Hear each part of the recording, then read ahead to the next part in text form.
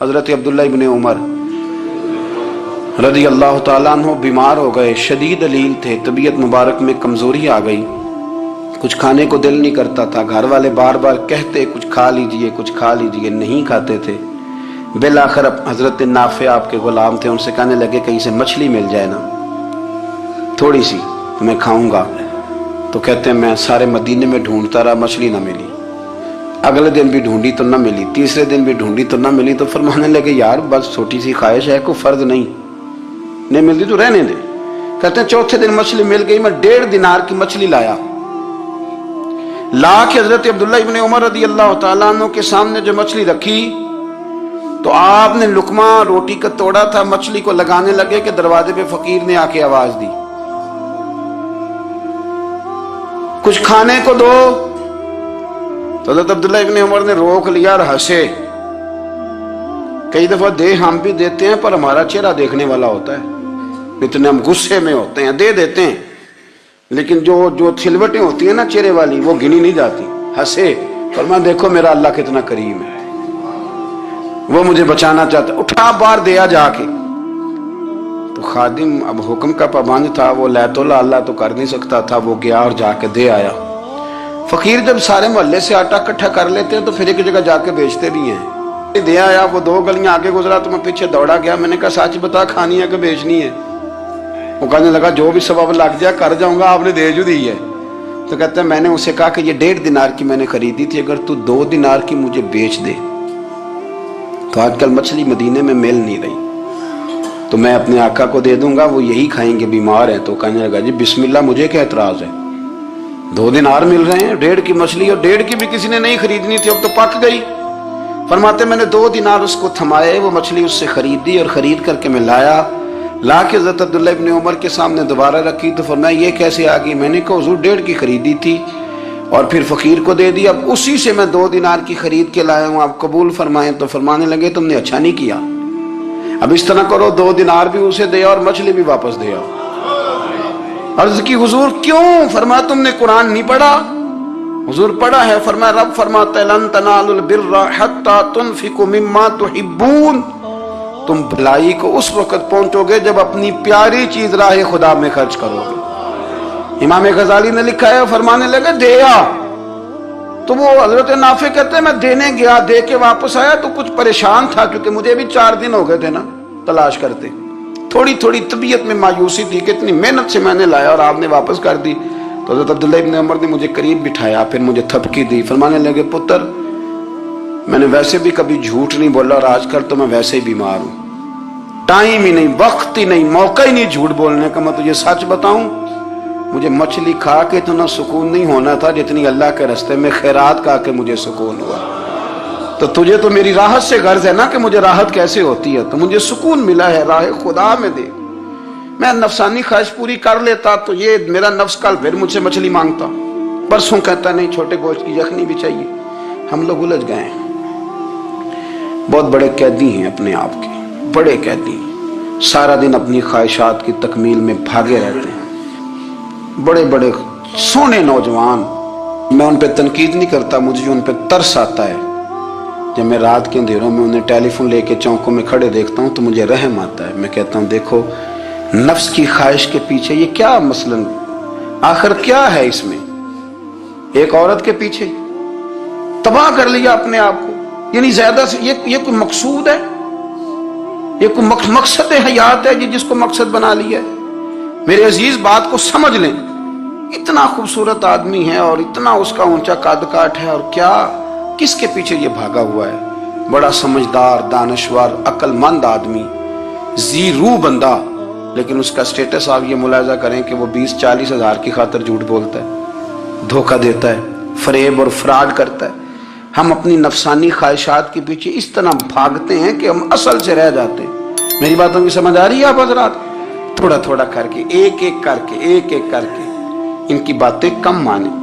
وہ ضروری تو نہیں نا کہ سویرے ناشتہ بازار سے اپنی مرضی کا تگڑا کیا ہے، بازار سے لا کے پوڑیاں چنے بہترین کھائے، اور پوڑیاں چنے ابھی کھائے نہیں، شاپر میں ڈالے ہوئے ہیں، اور وہ لے کے ابھی آ رہا ہے تو ساتھ ہی رستے سے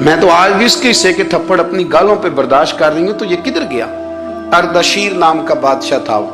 حضرت محدث ابن الجوزی آج سے کچھ 700 سال پہلے لکھتے ہیں، اردشیر بادشاہ بڑا خوبصورت تھا، جوان تھا، بڑا عقل مند تھا۔ اس نے اس طرح کی قریب قریب کی ساری ریاستوں پہ قبضہ کر لیا، بڑا عقل مند زیرک تھا، قبضہ ہو گیا۔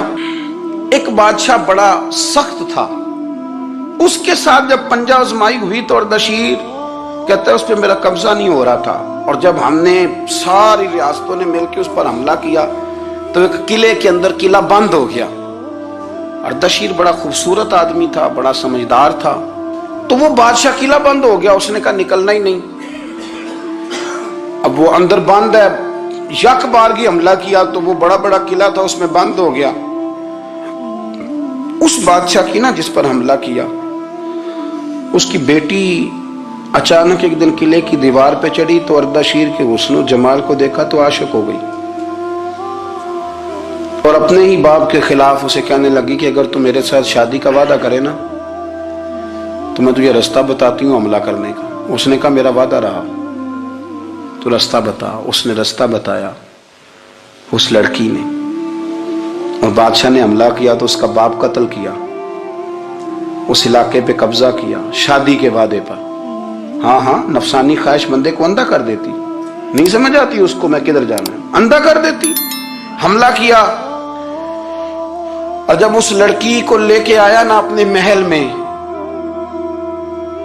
تو پہلے دن شادی کی پہلی رات تھی، تو بستر بچھایا کنیز نے، تو وہ کبھی کروٹ ادھر بدلتی کبھی ادھر بدلتی، تو بادشاہ کہنے لگا کیا ہے؟ کہنے لگی بستر میں کچھ ہے، مجھے تکلیف دے رہی۔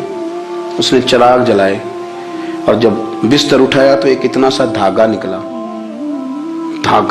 دھاگے سے عموماً تکلیف نہیں ہوتی، تو اس نے کہا تو اتنی نرم و نازک ہے کہ دھاگا؟ کہنے لگی میرا باپ نا میرے ساتھ اتنا پیار کرتا تھا کہ روز میرا بستر بھی خود بچھاتا تھا، اور اس نے آلہ رکھا ہوا تھا، وہ ناپتا تھا کہ کوئی پایا اونچا نیچا تو نہیں، میری بیٹی کا بہنس سوتے وقت خراب نہ ہو جائے، اور میرے لیے گوشت اور کپڑے بھی خود پسند کر کے لاتا تھا، کھانے پینے کا خود خیال کرتا تھا۔ اردشیر کہنے لگا اچھا وہ اتنا پیار کرتا تھا، اور پھر تو نے اس کے ساتھ کیا کیا؟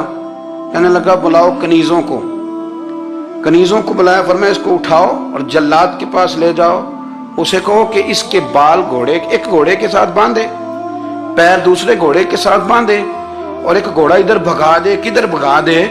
یہ جس کے باپ نے اتنا پیار کیا، یہ نفس کی اتنی غلام ہے کہ اس کی وفادار نہیں رہی تو میری وفادار کیسے بنے گی؟ جس نے اتنے نازوں سے پالا کہ دھاگا اسے برداشت نہیں۔ او یارو، یاد رکھو، اگر نفس کی غلامی کرو اور بڑے بڑے وفاداروں کو چھوڑ کے غلامی کرو تو پھر کہو وفادار مل جائیں۔